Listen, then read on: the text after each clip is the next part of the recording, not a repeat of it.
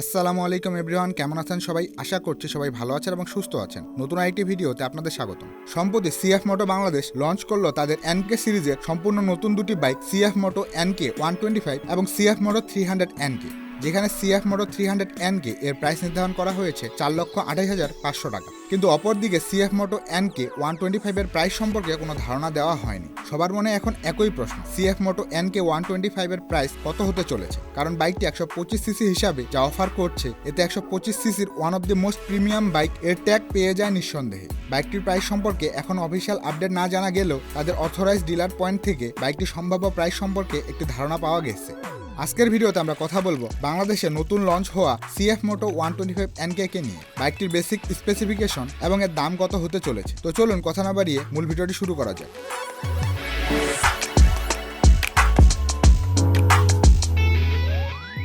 প্রথমে কথা বলি বাইকটির লুক এবং ডিজাইন নিয়ে। বাইকটিতে দেওয়া হয়েছে কেটিএম ডিউক সিরিজের মতো অ্যাগ্রেসিভ ও আধুনিক ডিজাইন, যা 125 সিসিতে খুব কম বাইকেই দেখা যায়। সাথে রয়েছে প্রিমিয়াম ফিনিশিং। এর চেসিস, বডি প্যানেল ও পেইন্ট কোয়ালিটি প্রিমিয়াম গ্রেডের, যা সাধারণত 125 সিসি কমিউটার বাইকের চেয়ে উত্তম। বাইকটির অন্যতম একটি দিক হলো স্টিল ট্রেলিস ফ্রেম, মজবুত ও হালকা, যা উচ্চ গতি ও কর্নারিংয়ে বেশি স্থিতিশীলতা দেয়।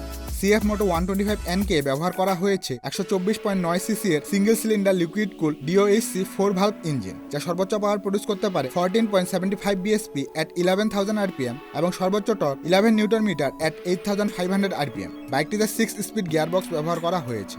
বাইকটির সামনের দিকে ব্যবহার করা হয়েছে 37 mm ইউএসডি অ্যাডজাস্টেবল সাসপেনশন এবং পেছনের দিকে মনোশক সাসপেনশন।